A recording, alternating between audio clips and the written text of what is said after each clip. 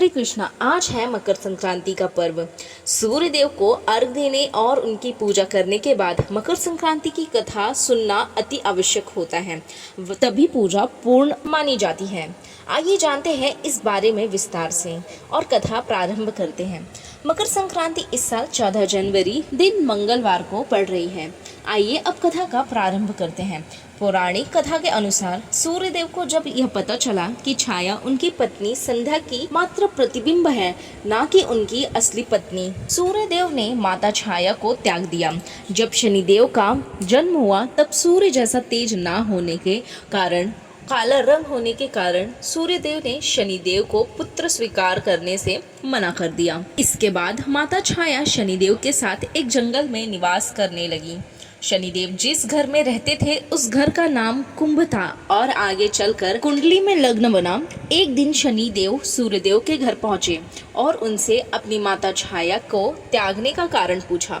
सूर्यदेव को क्रोध आया और उन्होंने शनिदेव को बहुत बुरा भला कहा। यह सुन माता छाया ने पीड़ा में आकर सूर्यदेव को कुष्ठ रोग हो जाने का श्राप दिया। जब सूर्यदेव को इस श्राप के बारे में पता चला तो उन्होंने शनिदेव का घर कुंभ जला दिया। सूर्यदेव जब इस कुष्ठ रोग से ग्रसित थे तब उनके दूसरे पुत्र यम ने उन्हें इस बात का एहसास दिलाया कि उनका व्यवहार शनि और माता छाया के प्रति उचित नहीं है। इसके बाद सूर्यदेव कब कुष्ठ रोग से ठीक हुए तो वह शनि से मिलने उनके घर पहुंचे, लेकिन तब तक उनका घर बुरी तरह से झुलस चुका था। शनि देव ने जब सूर्य भगवान को अपने घर के पास देखा तो उनके पास कुछ नहीं था जो वो अपने पिता को दे सके, सिवाय काले तिल के। शनिदेव ने वही काले तिल अपने पिता को दे दिए। सूर्यदेव को अपनी भूल का आभास हुआ और उन्होंने शनिदेव को नया घर दिया जिसका नाम था मकर। इसी कारण से शनिदेव को मकर और कुंभ राशि का स्वामी माना जाता है। इसके बाद सूर्यदेव ने जब मकर में प्रवेश किया तो वह मकर संक्रांति कहलाई और सूर्यदेव ने शनि को सुख, समृद्धि, संपन्नता और सकारात्मकता का वरदान दिया। तभी से मकर संक्रांति मनाई जाने लगी और इस दिन सूर्य भगवान की उपासना का विशेष विधान माना जाने लगा। ऐसा कहा जाता है कि जो व्यक्ति मकर संक्रांति के दिन सूर्यदेव की पूजा करता है और शनिदेव का नाम जाप करता है, उसे सूर्य और शनि दोनों ग्रहों की शुभता मिलती है। आइए मकर संक्रांति से ही जुड़ी दूसरी कथा का प्रारंभ करते हैं।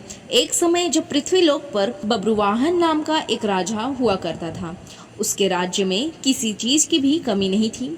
इस राज्य में एक हरिदास नामक ब्राह्मण भी निवास करता था, जिसका विवाह गुणवती से हुआ था, जो कि बहुत ही धर्मवती एवं पतिव्रता महिला थी। गुणवती ने अपना पूरा जीवन सभी देवी देवताओं की उपासना में लगा दिया था और वह सभी प्रकार के व्रत करती थी और दान धर्म भी किया करती थी। इसके अलावा अतिथि सेवा और अपना धर्म मानती थी। ऐसे ही ईश्वर की उपासना करते हुए वह वृद्ध हो गई। जब उसकी मृत्यु हुई तो धर्मराज के दूत उसे अपने साथ धर्मराजपुर ले गए। यमलोक में एक सुंदर सिंहासन पर यम धर्मराज विराजमान थे और उनके पास चित्रगुप्त भी बैठे थे। चित्रगुप्त जब धर्मराज को प्राणियों का लेखा जोखा सुना रहे थे तभी यमदूत गुणवती को लेकर पहुंचे। गुणवती यमराज को देखकर थोड़ी भयभीत हुई और मुंह नीचे करके खड़ी हो गई। फिर चित्रगुप्त ने गुणवती का ब्यौरा निकाला और उसके बारे में धर्मराज को बताया। धर्मराज ने गुणवती का पूरा ब्यौरा देखा और प्रसन्न हुए, लेकिन फिर भी उनके मुख पर थोड़ी सी उदासी भी छाई थी। यह देखकर कि गुणवती ने पूछा, हे प्रभु, मैंने तो अपने जीवन काल में सारे सत्कर्म ही किए हैं, फिर भी आपके मुख पर उदासी छाई है, इसका कारण क्या है? प्रभु मुझे बताइए कि मुझसे क्या भूल हुई है। तभी धर्मराज ने कहा, हे देवी, तुमने सभी देवी देवताओं के व्रत किए, उपासना की, लेकिन कभी भी तुमने मेरे नाम से कुछ पूजा या पाठ नहीं किया या फिर कोई दान नहीं दिया। धर्मराज की बात सुनते ही गुणवती क्षमा याचना करने लगी और कहने लगी, हे प्रभु, मुझे आपकी उपासना के बारे में कुछ पता नहीं है। कृपा करके मुझे ऐसा उपाय बताइए प्रभु जिससे सभी मनुष्य आपकी कृपा के पात्र बन सके। मैं आपके मुख से आपकी भक्ति का मार्ग सुनना चाहती हूँ और मेरी कामना है कि मृत्यु लोक पर वापस जाकर मैं आपकी भक्ति करूँ और सभी लोगों को इस बारे में बताऊँ। तभी धर्मराज ने बताया, जिस दिन सूर्यदेव उत्तरायण में प्रवेश करते हैं यानी मकर संक्रांति के दिन मेरी पूजा शुरू करनी चाहिए और उस दिन से लेकर पूरे 1 साल तक मेरी पूजा करते हुए ये कथा सुननी चाहिए।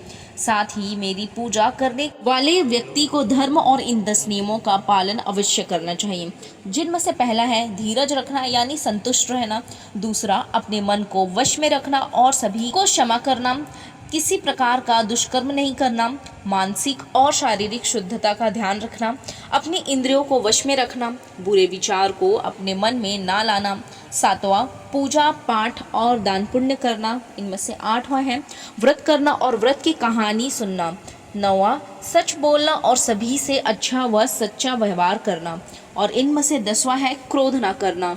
धर्म से इन सभी लक्षणों का पालन करते हुए 1 साल तक मेरी कथा नियम से सुने, दान पुण्य और परोपकार के काम करें और अगले मकर संक्रांति पर इस व्रत का उद्यापन करें। इसके बाद मेरी एक मूर्ति बनाकर विधि विधान से प्राण प्रतिष्ठा करवाकर हवन पूजा करें और साथ ही चित्रगुप्त की भी पूजा करें व काले तिल के लड्डू का भोग लगाएं। इसके बाद ब्राह्मण भोज करवाएं और बांस की टोकरी में 5 सैर अनाज का दान करें। साथ ही किसी जरूरतमंद को गद्दा, तकिया, कंबल, छप्पन, लोटा व वस्त्र आदि का दान करें। संभव हो तो गौदान करें। धर्मराज से व्रत पूरा कथा सुनकर गुणवती ने पुनः धर्मराज से प्रार्थना किया कि हे प्रभु, मुझे फिर से मृत्युलोक में जाने दीजिए, जिससे मैं आपका व्रत कर सकूं, साथ ही इस व्रत का प्रचार भी लोगों में कर सकूं। इस पर यमराज ने गुणवती को धरती लोक पर फिर से जाने दिया। धरती पर वापस आकर गुणवती ने धर्मराज द्वारा बताए गए व्रत के बारे में अपने पति देव को बताया। मकर संक्रांति को आते ही गुणवती और उसके पति ने व्रत शुरू कर दिया। इस व्रत के प्रभाव से उन पर धर्मराज की कृपा हुई और उन्हें मोक्ष की प्राप्ति हुई। मकर संक्रांति पर्व के दिन कई लोग उपवास रखते हैं और विधि विधान से सूर्यदेव की उपासना करते हैं, पर इस दिन धर्मराज की यह कहानी जरूर सुननी चाहिए। रामायण काल से ही भारतीय संस्कृति में दैनिक सूर्य पूजा का प्रचलन चला आ रहा है। राम कथा में मर्यादा पुरुषोत्तम श्री राम ने नित्य सूर्य पूजा का उल्लेख मिलता है। राजा भागीरथी सूर्यवंशी थे, जिन्होंने भागीरथी तप साधन के परिणाम स्वरूप पापनाशिनी गंगा को पृथ्वी पर लाकर अपने पूर्वजों को मोक्ष प्रदान करवाया था।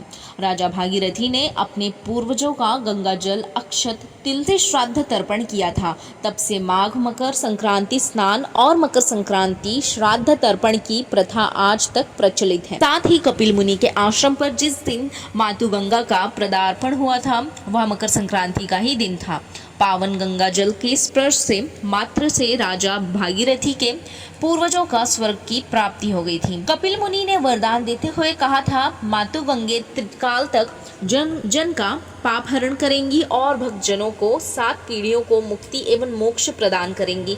गंगा जल का स्पर्श, पान, स्नान और दर्शन सभी पुण्यदायक फल प्रदान करेगा। सूर्य की 7वीं किरण भारत वर्ष में आध्यात्मिक उन्नति की प्रेरणा देती है।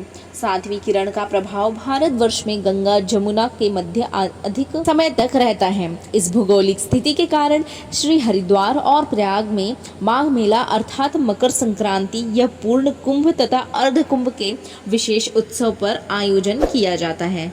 ऐसे ही और महत्वपूर्ण वीडियो पाने के लिए हमारे चैनल द ब्रज टेल्स को सब्सक्राइब कीजिए।